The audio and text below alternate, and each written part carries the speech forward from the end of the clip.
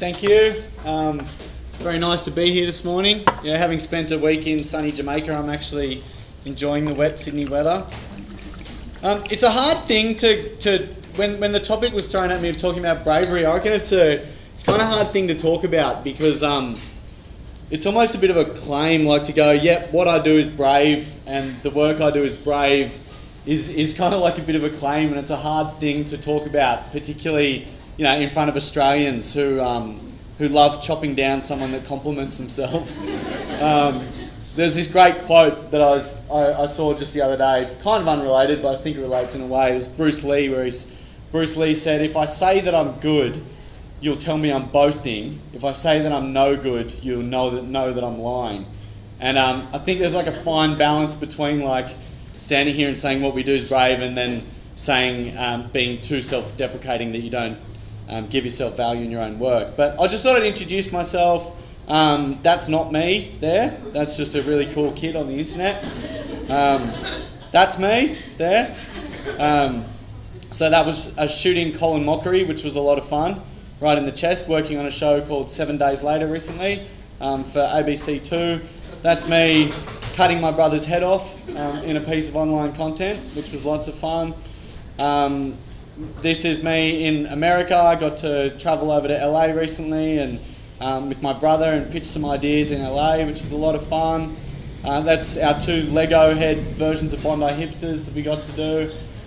That was like one of those bucket list type things of like being able to have a Lego version of myself, which is a lot of fun. I get to spend a lot of time dressing up in silly outfits, and I've got to throw a Hadouken on screen, which was really cool. I've got to travel a little bit thanks to the creative work that I've been doing, and that's me holding some babies. Just in case you really don't like me already, I thought that's more like a bit of a diffuser. It's like no one can hate anyone that's holding twin babies. I got to take part in helping bring this man to justice, Joseph Kony. I bought one of those kits when I watched the video, and then I never went out there and hung up anything. I think it was something to do with that guy masturbating in public. It kind of threw me off the whole cause at that point. This is me and my brother hanging out with the Old Spice guy. We've our kind of careers led us from creating stuff online to now working as directors for a company called Jungle Boys, and we got to direct a little thing with the Old Spice guy. Here's a version of the photo I prefer. So I think that's I can live with that. We've as Amanda so kindly said in the introduction, it's been a really nice little run, but it all kind of began a few years ago for us, and when I say us, I mean predominantly me and my brother Connor. So I was working, I'd done a whole bunch of different jobs, and always kind of found myself taking jobs for the sake of the money that I might be able to earn in that job, and never really knowing exactly what I wanted to do with my life. And one of those jobs, which I loved this work, I was working for a company called JC2Co and selling outdoor advertising to kind of media agencies and stuff like that. And it was a great job, just really social, got to talk to lots of people, and kind of, great pay and great team that I got to work with. And so I was working for this company and had started to build up a kind of series of big clients. And I went away, bit of a boys' trip to South America, which was a little indulgent to say the least. We spent kind of 6 weeks over there travelling around, staying at hostels and doing a lot of drinking and carrying on. And when I came back, I'd lost a little bit of weight and had a bit of a cough, and I didn't think too much about it at the time. I kind of put that down to just 6 weeks of drinking. But one day I was at this client lunch with a bunch of guys that I'd been doing some work with who just booked this big advertising campaign. And we were down at the at the Pony Lounge in the Rocks, the kind of nice little restaurant. And we're sitting there and just had a beer, first bite of my steak, and all of a sudden I started coughing.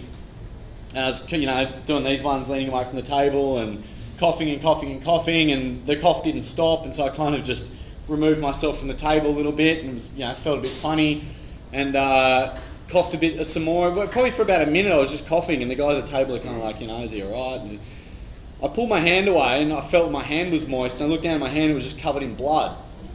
And at that moment I was kind of like, I remember having this very clear, distinct thought of like, okay, this is fucked. Because the only time I've seen this happen is when somebody's turning into a zombie, somebody's a 17th century prostitute with like a great voice, or they've just been shot in the chest by a bullet and or arrow. And none of those things had occurred to me recently.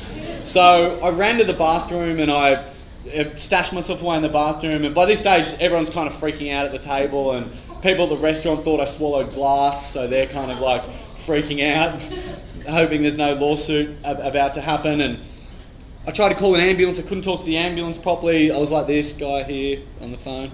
That's why I use that picture. And then I had to pass the phone to my client. There's a little bit of blood on the phone. The client's talking to the hospital. An ambulance came and picked me up. They rushed me away to hospital. I got to hospital, and I was just thinking the worst. I was thinking lung cancer, this, that. I've got no idea. They asked me about my travel history. They, ran me through an X-ray. An X-ray showed I had a hole the size of a 50-cent piece in my right lung. I sat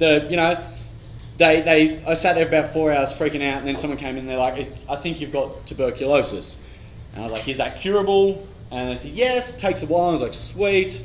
What is it again? And they're like, to go on to explain it. And so I ended up spending, as Amanda said, 6 months quarantined in hospital, and then a further 12 months after that, 6 months, having to go to a hospital every single day to receive medications and treatment.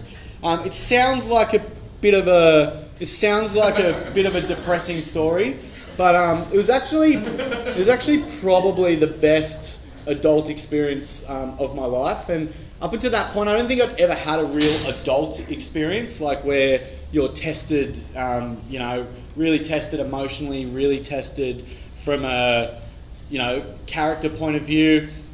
And some strange things happened. 27-year-old male, get locked up in this room, and I was kind of just, stuck there in this box. And I was on 5 or 6 different medications, because the reason it was taking so long to treat is it turned out to be this multi-drug resistant variety of tuberculosis, sick, which means that the actual organism itself is already immune to every antibiotic, every current antibiotic to treat it. So they had to dig up all these old antibiotics from like the 60s and 70s that have all been taken off the market thanks to the side effects that they give you, and then put me on all of them. So the side effects of those medications included depression, paranoia, suicidal tendencies, ball rash, a range of different things. Hearing problems, that my ears started ringing, and all this stuff, and it was all happening inside this room. So to entertain myself, I was really struggling, because anytime I'd look at a book for longer than a few minutes, the pages would all blur together.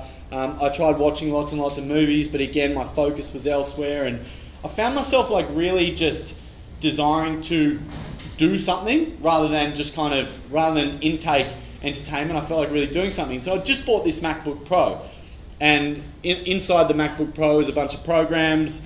I'd used to be involved in making some music when I was younger. I played in a couple of punk bands, and thought, why not I just get to learn GarageBand? Like, that's something cool I can just apply myself to. So I just started playing around on GarageBand, and I made a beat, and then I thought, okay, I may as well rap a beat over it. I rapped something over it. And I was just all in my head was just all about illness and disease and being sick. So I just rapped that out onto this beat, and then one of my friends was talking to me. He called me on the phone. He's like, "What have you done while you're in there?" And I said, "Well, apart from wanking every day, I made this rap video." And I made this rap song, and he's like, "Oh, play it for me." So I like kind of like, you know, held the phone to the thing and played it for him. He's like, "Man, that's really funny. You should shoot a video for it." And I was like, "Oh, I don't have a camera. I don't know how to do this." You just use the little built-in camera on your webcam in your MacBook and then cut it in iMovie kind of thing. And so I thought, cool, that's something to do for the next 3 days. And so I just made this little video and cut it together on iMovie. And I told him I'd done it, and he's like, "Email it to me." And so I was like, sweet. I opened up an email and tried to attach a 140 megabyte file, and it wouldn't work. I'm calling him going, "This doesn't work, this doesn't work." I was literally one of those people that only use the internet for like work emails. I didn't have a Facebook page, didn't have a Twitter, didn't have a MySpace, had never had any social media, and in fact was very anti-social media because I thought that that's what it did to you, made you antisocial. Instead of actually meeting your friends and hanging out with them in real life, you just start watching them have their entire lives online. But now that I was in a hospital room, I kind of changed my attitude towards that. So he's like, "Just put it on YouTube." And so I went to YouTube, I created an account, I uploaded this video to YouTube, I sent him a link, and I went to bed.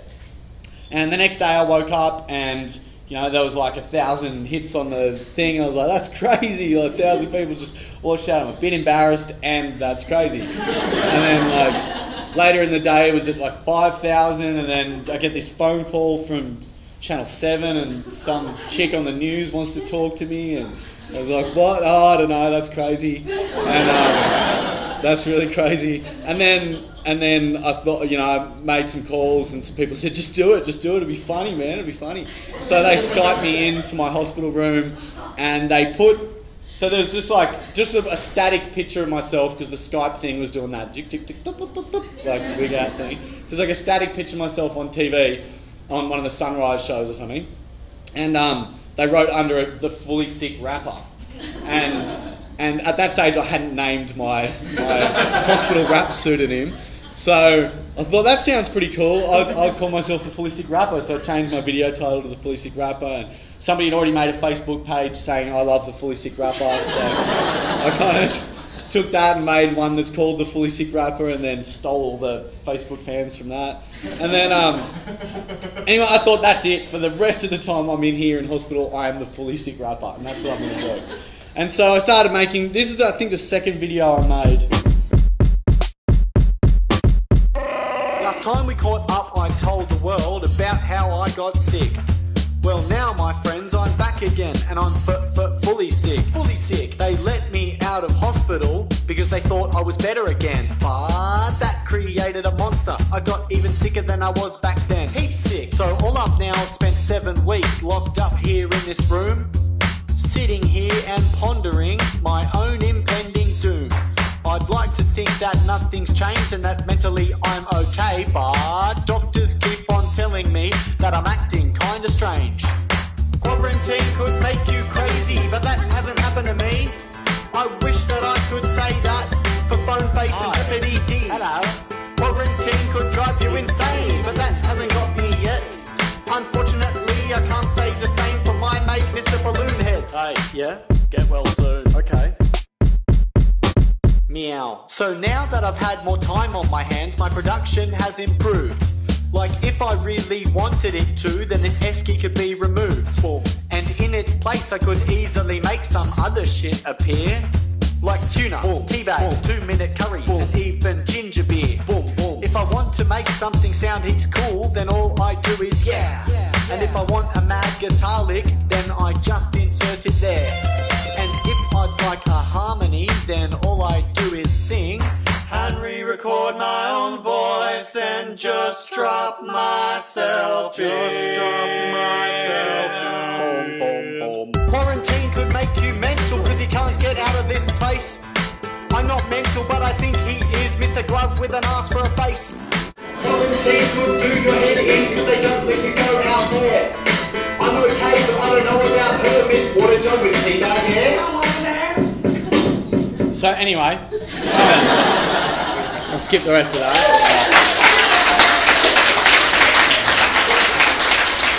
But as you can see, it was literally just a way to kill my boredom. And at the same time, I was just trying to learn all those little tricks of like being able to make shit disappear or, you know, make myself pop up from two sides of the bed impossibly. All those things that everybody does when they buy a video camera for the first time. But what actually happened that was unintentional was that all of a sudden this hospital room that I was stuck in got a lot bigger because it opened me up to people from all over the world. That second video that I put online, you know, made the front page of Reddit, and which I didn't know what that meant at the time, but apparently that's good. And apparently anything that's ever gone viral ever has made the front page of Reddit. God, you don't know how many jokes there were about, oh, the fully sick rapper went viral. And it's like, it's bacterial. It's not even viral. Because that's what tuberculosis is. It's not a virus. Anyway, don't have AIDS. But like, so yeah, all of a sudden I was just like connected to all these people, and you know, people started reaching out to me online who were going through their own shit on the other side of the world. Like, I met people who were going through, you know, cancer treatment, leukemia treatment, and other people with tuberculosis in Africa who had none of the access to the types of treatment that I had access to. And the part that I kind of skipped over in the story is that when I first got diagnosed and first got chucked in the room, I did have a huge like smashing of depression and a lot of crying and a lot of why me, a lot of like hating the world and this is fucked and I'm in a hospital room and this is terrible. But it was around this point, after like starting to create and starting to make stuff in the hospital room and getting connected with other people, that I actually realised how fortunate I was that I was in this space, that I was getting free medical care from the government, that I, you know, could have my own room and I wasn't jammed in a room with 50 other people with different strains of tuberculosis. And it actually made, you know, it sort of helped me, you know, every morning I wake up when I look in the mirror and like just made me realise how lucky I actually was to be in there. And so to just flip the entire situation. To give you some more, another little story, I suppose, an anecdote from inside hospital, you know, the only level of flirting that I was able to do with anyone of the opposite sex was when a nurse came in and would speak to me about, you know, about what it was that I had to be treated with on that particular day, and maybe we had a little connection, maybe we didn't, maybe I was going cozy, but even just a slight bit of flirting would have to be followed up by, oh, you know, can I get some more of that ointment for that rash on my balls? Which was not, you know, that's not a nice way to live. And then, you know, when this video went out there, I had some girl contact me from the United States who was lovely, and we started Skyping together, and next thing we were having Skype dates, and on Saturday nights I'd put on like a suit jacket which my brother bought me, and I'd sit there in my hospital room and pour a glass of water and pretend it was a vodka, and she'd crack open a bottle of wine, and she actually happened to be an exotic dancer, and so then I'd hang a do not disturb thing over the glass, and all the nurses knew what was going on. That was all cool. But it meant that, like, seriously, like, I was getting to have some form of social life from inside the hospital room. And I'll brush over this pretty quickly, but for some people who have never been through a serious illness, like for people who have, one of the things you understand is that it's made up of two things. There's the science of it, which is the medicine, where they put you, the healing, the doctors, everyone else. And then there's also this kind of weird, like, the natural or energetic side to healing, which is that you don't actually start to heal properly until you get positive and until you manage to be okay with the situation, until you really sink into it. And what all this creating from inside hospital had done was really help me with my healing process. And from that point, all my tests started to get better, my x-rays were getting better, things were just kind of improving, my situation was improving vastly.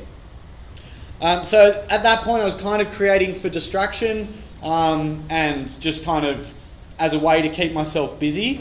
But my brother, another one of the wonderful things that happened as a result of getting ill is I got really close with my brother Connor. We'd had this kind of relationship that drifted apart a little bit through, I don't know, teenage years when if you've got a sibling, you kind of go through this period where you just start yelling at each other over clothes and bedrooms and who's got this space and who gets the bigger dinner plate and all that kind of thing. And we just kind of drifted apart and weren't friends anymore. And then when I got sick, he started coming in and spending a lot more time in the hospital room than he should have, and having to wear a mask and gloves and all that jazz inside the hospital room. Anyway, he kind of like looked at this situation. Seizing opportunity. He looked at this situation and he's like, my brother Connor had just been through film school. So he'd made a short film and he'd said, do you realise how hard it is in Australia to get an audience of people watching the stuff that you make? Like, you can slave to make this short film, you put it in a short film festival, you get in a couple of festivals, it cruises around, you're lucky if 1,000 or 2,000 people have seen it. These videos you've made from hospital, all of a sudden, well, I didn't even know what YouTube subscribers were, but we had 5,000 of them. And then, the 500,000 so hits on the videos. He said, let's start writing some stuff and really start having some fun with this. Let's build that audience, let's grow it. And so, Connor started writing stuff since he'd studied. He had a better understanding for, story structure and things like that. And he started writing material that he'd come in and we'd shoot together. And we just made some extra content around this Fully Sick rapper character. So by this stage also, like, I was really starting to learn from Connor and he was teaching me more camera techniques and different bits and pieces. And this is a thing we made, like we pretended like if the Fully Sick rapper was on Cribs, on MTV Cribs, what that would be like. I'm not sick in the sense of being sick, but I'm sick in the sense of being sick. I ain't sick in a way that a car might be sick, but I'm sick and I mean actually sick. As in, like, the nurses have to check my blood pressure every couple of hours and stuff, as well as my temperature. It's important to monitor my health. It was so welcome to my crib. Mate, you need a mask. You need to put a mask on quick. Shit, man. Like, I shouldn't be here. Get a mask on. Shouldn't be here. This is crazy. Outbreak. So you're in here now, so I may as well show you around the crib. Anyway, that goes on for ages. Too long, 7 minutes. But so what happened here is, like, Connor and I started creating this content together, and then, throughout doing so, we created a web series called Fully Sick and the Side Effect from inside hospital, and that web series started to take on a kind of stories, little short stories from inside the hospital room. And this competition, we found out about this competition that MTV were hosting that was going to, it was like a Friday when we found out about it, and the entry was due the following Monday.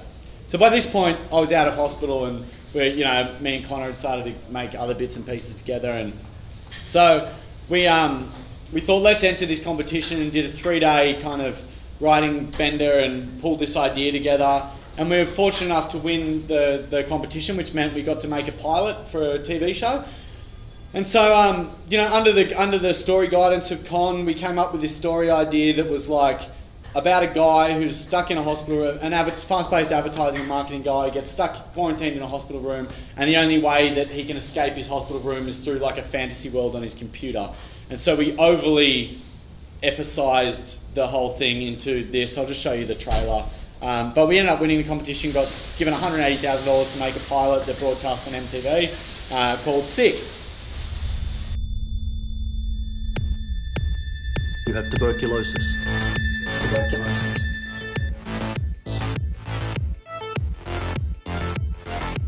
A bacterial infection of the lungs, airborne, transmitted, considered highly contagious. 3 weeks, isolation. We are talking about extremely powerful antibiotics here with some very serious side effects. Mate, I got tiger blood. Great. Well, maybe you could help us out. Yeah, I just don't think you should be working. You sound worried, Dexter. Are you worried, mate? Well, you do have tuberculosis. And I'm coming for you. It's been an age, hasn't it, brother? This is the most epic online role-playing experience since the time of the first songs.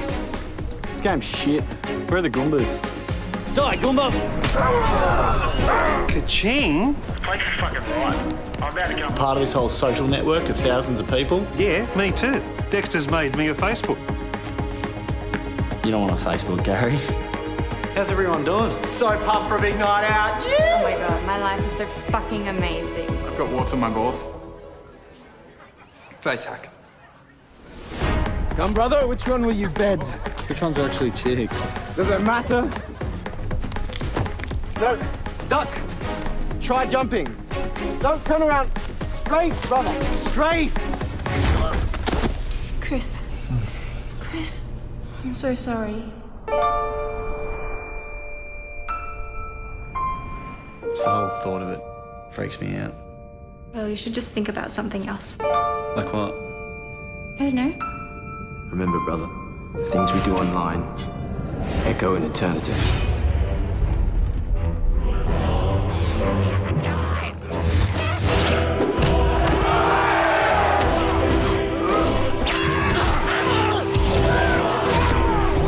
It's too powerful. I'll make sure he knows where to find me.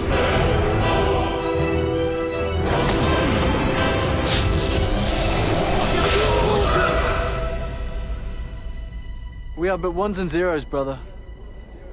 Ones and zeros. And that is how you pwn tuberculosis. So it turned into that, and that was just such an awesome learning experience for us. Over 12 months, we just got to work with all these like amazing, talented individuals. We got to learn heaps about the filmmaking process. We were so bitten by the like filmmaking bug at that point that we just wanted to make more and make more. And at that point, I'd met this dude, Nick Boshar, who is Adrian from Bondi Hipsters, the guy so nonchalantly sucking on an unlit cigarette there on the left side. Is that left? Yep. We met him, on Sick because he played a character in that, and just had so much fun creating that decided we wanted to continue it, and came up with this idea for a web series, I suppose, of which the core comedic idea was like taking the piss out of those people who think that they're making the world a better place whilst being clearly part of the problem. And kind of, just really comedically playing with the toxicity of that lifestyle. There's such a fun. I just think there's so much comedy in the people that are organic all week and then they're getting fucked up on drugs all weekend, and then they're wanting to save the planet, but at the same time they're tossing their cigarette butts all over the place and driving Jeep Wranglers. An organic smoothie and money in a plastic. Yes, organic smoothie in a plastic cup. Prime example. Whilst kicking back on a beanbag, wearing a stripy collared shirt. So here's just, if you haven't seen any of Bondi Hipsters, here's a little 1 minute kind of trailery thing about Bondi. Living in Bondi is totes amazeballs. I just love the lifestyle in Bondi. It's like hedonism and health in this perfect harmony, like a vodka protein shake or something.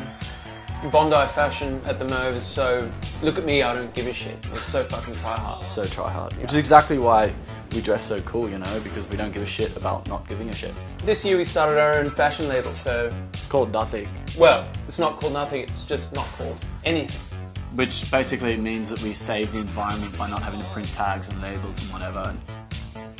We're just trying to minimise our environmental footprint. We get all our manufacturing done by Australasians here. We only use Australian Asians. We don't know his name, but we call him Bing Bong. With our skivvies, like instead of using prints on the front, we have Magnadoodle technology. It's vintage, recycled. You know V-necks? So we pioneered a thing called W-necks. It's like a pair of butler's chaps for your chest. We've worked totes hard for this. It's our time. Yeah. It just feels like sometimes everyone wants you to fail. You look my city. So, yeah, originally we called it Hipsters, and then we changed it to Bondi Hipsters, because I actually saw some guy talk about Bondi Rescue, saying the best thing they ever did with that is call it Bondi Rescue. So like, chuck a Bondi in front of Hipsters.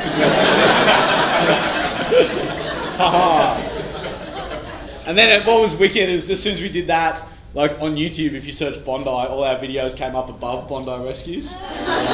They used to own the Bondi thing, and then and so Bondi Hipsters for us, we actually approached that with a bit of a strategy. Like the Fully Sick stuff and everything else we created had just been this kind of rolling, just one thing had led to another. But with Bondi Hipsters, we thought like, these are fun characters, let's come up with a little format where we can shoot as much shit with these characters as possible for a really low budget, and where we can just get our mates in together. And so we chose that mockumentary style thing, partly because of the comedy of seeing people say one thing and then completely being contradicted by seeing them doing another, but also because it just meant that we could sit on a couch and jam and shoot lots and lots of content really quickly. And we took a bit of a release strategy to it, where we put a video out every Thursday, and where we shot a music video and saved that until we had 10 or 12 pieces of content online and then drop the music video so it would drive views back to the other content that we had. And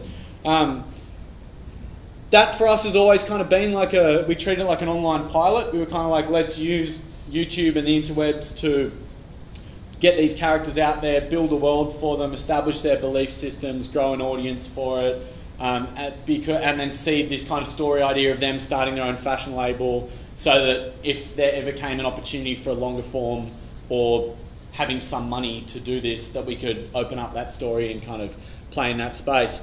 It was really great. As in the, not like it was really great, as in the reaction to the material was really great, and we had people around the world kind of supporting it.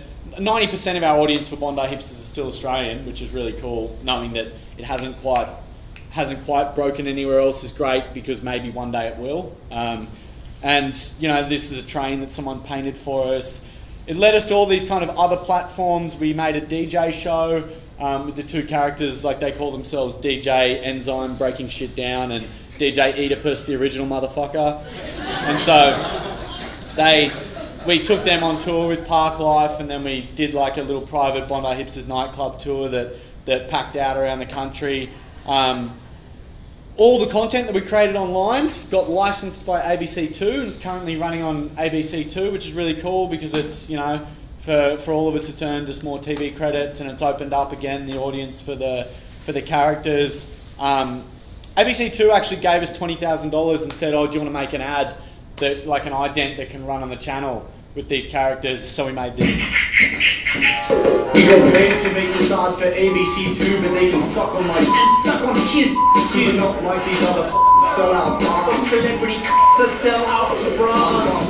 There goes 20 grand. No clever idea, no scripts and no plan. Yeah, ABC2 paid for this beer. And they just paid our rent for the rest of the year. Yeah. Biggest waste of money ever. I think that's like probably one of the more obnoxious ads ever created.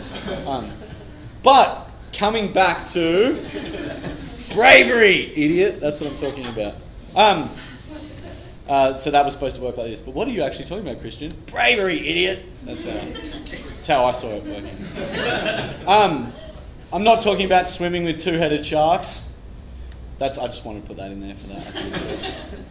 Kind of create calculated risks in your work. So, I think in the creative space, particularly, in anything where there's financing involved externally. I was just talking to one of the guys earlier about this. Like, what's so great about having this YouTube channel for us as creators is like we use that to put anything that we want to make, we just make, and there's nobody else who has to have a say in that. There's no approvals that need to take place. There's no sign-offs. It's just a really free creative environment for us to make whatever we want to make and put it out there. And there'll be an audience who either decides to share it or not share it, and that's totally cool either way. But I think there's a real opportunity for us as creative people to take risks in the work that we do based on our gut instincts. I think there's bravery in the creative space. I made a couple little notes on stuff like this. It has to do with having the bravery to actually do the work to prove an idea to your peers. A lot of the time we might have a good idea, and because someone says, oh no, I don't think that's going to work out, you just kind of drop it and you forget about it. But if you walk away and you go, you know what, instead of dropping that idea, I'm going to put hours and hours in to trying to develop this idea and prove it to my friends or prove it to my collaborators that this idea is a goer, then maybe that piece of bravery and coming back to those people who had originally said no with all that extra work is something that actually gets that over the line or actually allows you to create that thing you wanted to create. Sometimes bravery in the creative space, I think, means letting go of a little bit of control. Maybe that's putting things in the hands of capable peers. Maybe that's giving space to those around you that have a particular skill set that you might not have. I think that bravery in the creative space also involves in really sticking to something that you believe in and not being stubborn about it, but coming back to just doing the work to prove that, and possibly it does involve being okay with pissing off a few people on the way here or there, particularly in a space like the interwebs. If you're creating online content, anything that's okay is never going to grip online, because there's so much shit going out there all the time that okay stuff just doesn't get legs. It's got to be, either have something about it that people dislike, or have something about it that people really do like, for it to get spread around, and that, either way, that's going to take some degree of bravery. Particularly if you are working within the comedic space, you've got to be a bit naughtier than you would normally be to make something shareable online. Also, I think most importantly, it's about doing stuff instead of wishing you had done stuff. So the part of what I think has been a really hard thing for us, and a very, very important thing for creatives, is to balance that passion versus income. So balance the work that you're creating for yourself because you're passionate about it, and then balance the work that you're creating to generate an income, because sometimes that work that you're really passionate about can be the thing that actually launches you out there, that provides more income down the line through the work that you're being paid for. An example of that is our YouTube channel. We don't use as a way to generate income from hits. We use as a way to build an audience so that we can then be given jobs, brand funded content or advertising jobs where we can make money. I feel like I'm going severely over time now. So finally, I'll just say that I think it also involves putting your money where your mouth is. If you've got an idea or you've got something that you want to make, just make it. Just find the people around you to get together and to create that idea. No matter what area of creativity you're in, often that involves a lot of sleeplessness. It also involves finding people to bring around you who are better at things that you do. I've been very lucky to have my brother Connor, who's extremely talented writer and knew a lot more about filmmaking and knows a lot more about filmmaking than I do, and Nick, who's hilarious and has also had online success through things like Beach Dads and Trent from Punchy and stuff like that. But that's a big part of it too, having the bravery to find those people, put yourself out there and try to create work with them. Thank you so much for having me today. I'm sorry if I've gone over time.